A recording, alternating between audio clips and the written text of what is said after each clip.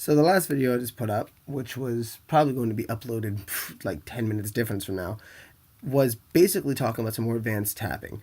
But let's take a scale back and let's do one for the beginners here. A little bit more simple. Let's just go over some very basic stuff. We're going to go and strictly be talking about basic songwriting in this particular video.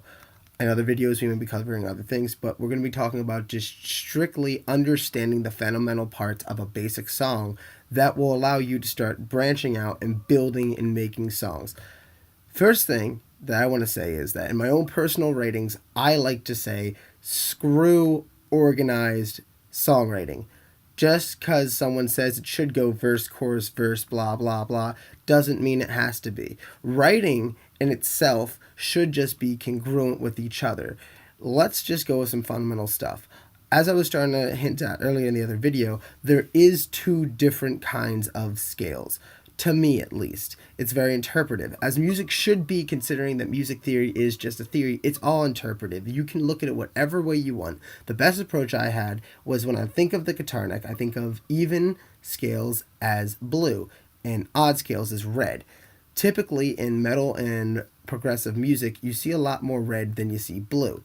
Although, again, it's totally up to interpretation and what you decide to do. Every note has its place. Let's just go with something basic today and talk about some basic chords that can flow very well into each other.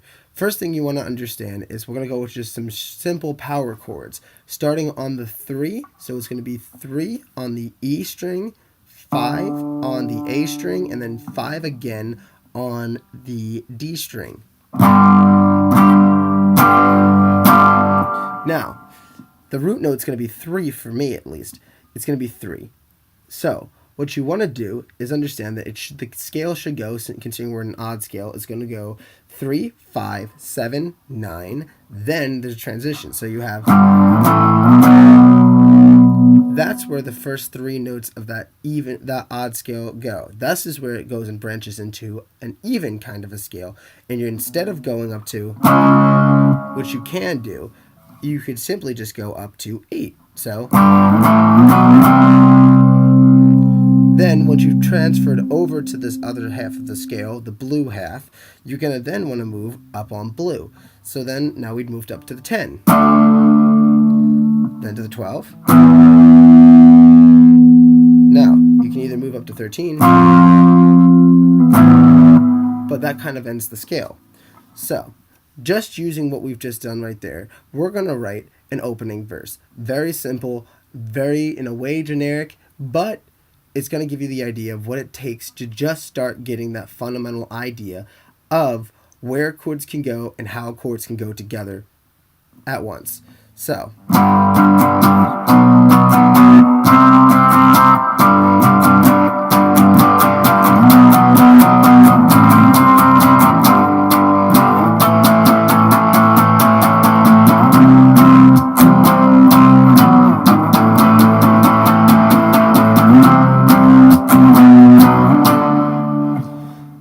something as simple as that, completely improv.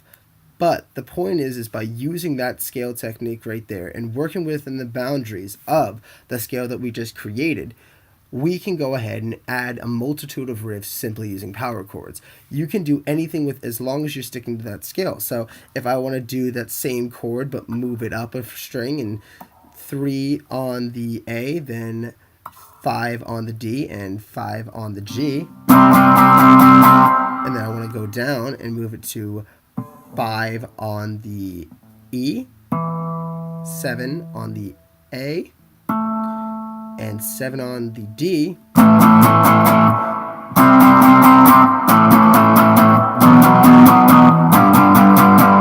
Those notes are always going to go together. No matter what way you put it, as long as you stick to those notes right there, you can build a multitude of riffs with power chords. If you're a little bit younger and you're a little bit new to the process, and by younger I mean younger in guitar itself and learning, age has nothing to do with your musical ability. It's how much you really want it and how much you put into it. You can do just about anything. We're going to just go over some basic power chord structure. Now, if you're just starting out and just getting on the hold and you just figured out how to hold that pick correctly and go down, You have to understand that muscle strength has a lot to do with playing guitar itself. Your fingers need to be used to. No one wakes up one day and goes, "Oh, I'll just play like this. This is fine." No one does that. No one wakes up like that. The best way I can tell you to start getting your fingers into shape to be able to play faster, or in general just hold down a chord right, is you want to get used to just holding down the strings in general. A good technique that I heard from the band Sum 41, the guitarist known as Brown Sound, who was originally in the band but did decide to leave, had a guitar technique he would use just to get his fingers warmed up before playing, which is he'd take his 4 fingers that are going to be playing and he'd put one down on every fret. This might be hard at first. If the pinky's not stretching so well, just move it down a little bit, put 2 on the 2nd fret and the pinky on the 3rd. And just hold it down on the heaviest string and just hold it there for an amount of time. And slowly try to work your way up to getting more distance, the farthest you can get it apart.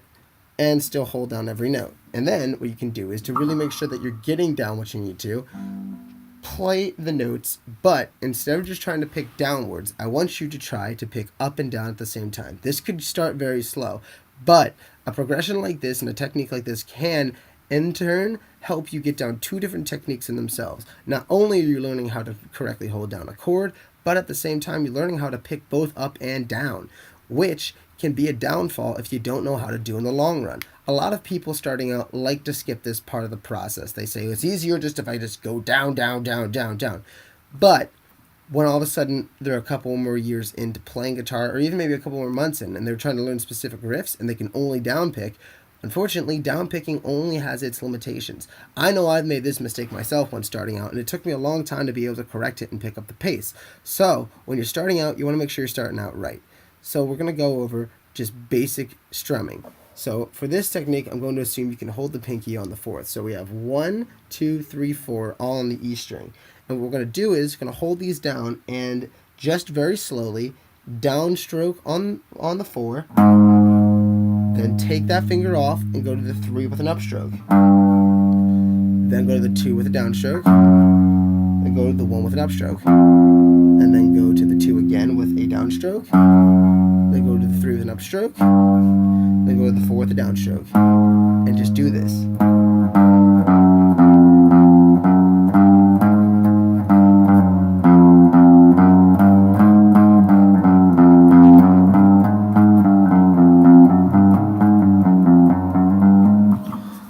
Messed up a little bit there at the end, but you understand the premise. If you can start to do this and build up both your speed, your fingers' ability to hold on to notes, and your right hand's ability to be able to multi-pick, you're very well on your way.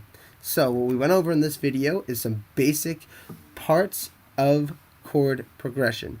I like to also say, if you've made it this far through the video, it's really important to note that you want to watch the second half before you watch the first half. You want to make sure you get those fundamental things down before you start trying to jump into doing big things. But I'd also like to say that the first half of the video, when we're talking about strictly just how to build that basic song, you want to note that you can use this technique for doing even more basic things, just understanding scales themselves. So if instead of wanting to go,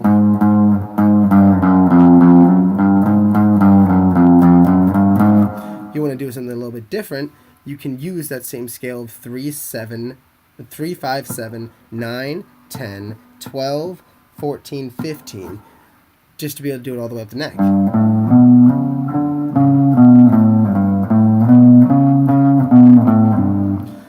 Keep on doing it. That's your homework for this time. And while it's not fun yet, it will get fun later on.